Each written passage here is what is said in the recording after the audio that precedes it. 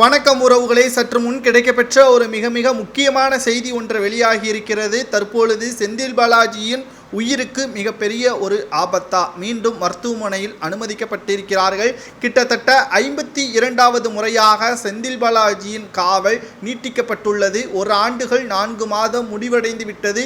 இன்று வரை செந்தில் பாலாஜியின் வழக்கு என்ன ஆனது, முடிந்து விட்டதா, அவருக்கு எதிரான ஆதாரங்களை அமலாக்கத்துறை அதிகாரிகள் நீதிமன்றத்தில் சமர்ப்பித்திருந்தால் இன்னமும் அவரது வழக்கு ஏன் காவல் நீட்டிப்பு செய்யப்பட்டு கொண்டிருக்கிறது? இதனால் யாருக்கு பாதகமாக முடிகிறது, யாருக்கு சாதகமாக முடிகிறது?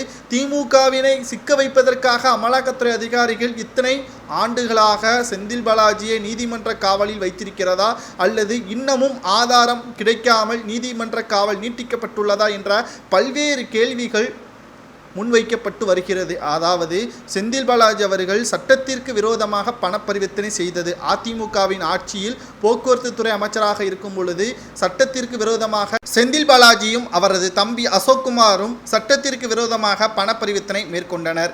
ஆனால் தற்பொழுது அந்த வழக்கிற்கான ஆவணங்கள் அனைத்தும் நீதிமன்றத்தில் கொடுத்து முடிவடைந்து விட்டது. ஆனால் அது அதிமுகவின் ஆட்சியில் தற்பொழுது திமுகவில் மிக முக்கியமான வருமானம் தரக்கூடிய 2 இலாக்காக்களை ஸ்டாலின் அவர்கள் ஒதுக்கியிருந்தார். அதாவது மாதம் பல லட்சம் ரூபாய் ஸ்டாலின் குடும்பத்திற்கும் இன்னும் சில முக்கியமான அமைச்சர்களுக்கும் கொடுக்கப்பட்டிருப்பதற்கான ஆவணங்கள் செந்தில் பாலாஜி உட்பட அவரது உறவினர்கள் வீட்டில் 7 முறை அமலாக்கத்துறை அதிகாரிகள் சோதனைகள் நடத்தினார்கள். இதிலிருந்து கைப்பற்றப்பட்ட ஆவணங்களின் அடிப்படையில் தான் தற்பொழுது வரை செந்தில் பாலாஜி அவர்கள் நீதிமன்ற காவலில் நீட்டிக்கப்பட்டிருக்கிறார் என்பதை நாம் தெளிவுபடுத்திவிட்டோம்.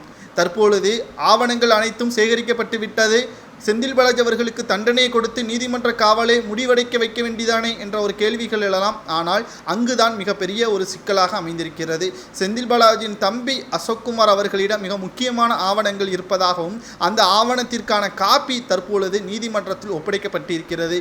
செந்தில் பாலாஜியை விட அவரது தம்பி தான் அசோக்குமார் அவர்கள்தான் அக்யூஸ்ட் நம்பர் 1 என்றும், அவர் கைது நடவடிக்கை மேற்கொள்ளப்பட்டால் மட்டும்தான் செந்தில் பாலாஜி அவர்கள் யாருக்கு எவ்வளவு பணம் கொடுக்கப்பட்டது என்ற உண்மையை கூறாமல் இருக்கக்கூடிய நிலையில் அவரது தம்பி கைப்பற்றப்பட்ட அனைத்து ஆவணங்களையும் நீதிமன்றத்தில் சமர்ப்பித்தால் இவர்கள் இருவருக்கும், திமுகவின் மிக முக்கியமான அமைச்சர்களுக்கும் இன்னும் 14 நபர்களுக்கும் தண்டனை கொடுத்து விடலாம் என்ற தகவல் தற்பொழுது வெளியாகியிருக்கிறது. கடைசி நேரத்தில் செந்தில் பாலாஜி அவர்கள் இனியும் செந்தில் பாலாஜி அவர்கள் நீதிமன்ற காவல் நீட்டிக்க முடியாது, என்னால் சிறையில் இருக்க முடியாது என்று நீதிபதி அள்ளி அவர்களிடம் தெரிவித்திருந்தார். உண்மையை கூறுவதற்கான அனைத்து ஏற்பாடுகளும் தயார் செய்யப்பட்டிருந்த நிலையில் அவரது உணவில் பாதிப்பின் காரணமாக மருத்துவமனையில் அனுமதிக்கப்பட்டிருப்பதாகவும், இது கொலை முயற்சியாக திமுகவினர்கள் செய்திருக்கலாம் என்ற தகவலும் வெளியாகியிருக்கிறது.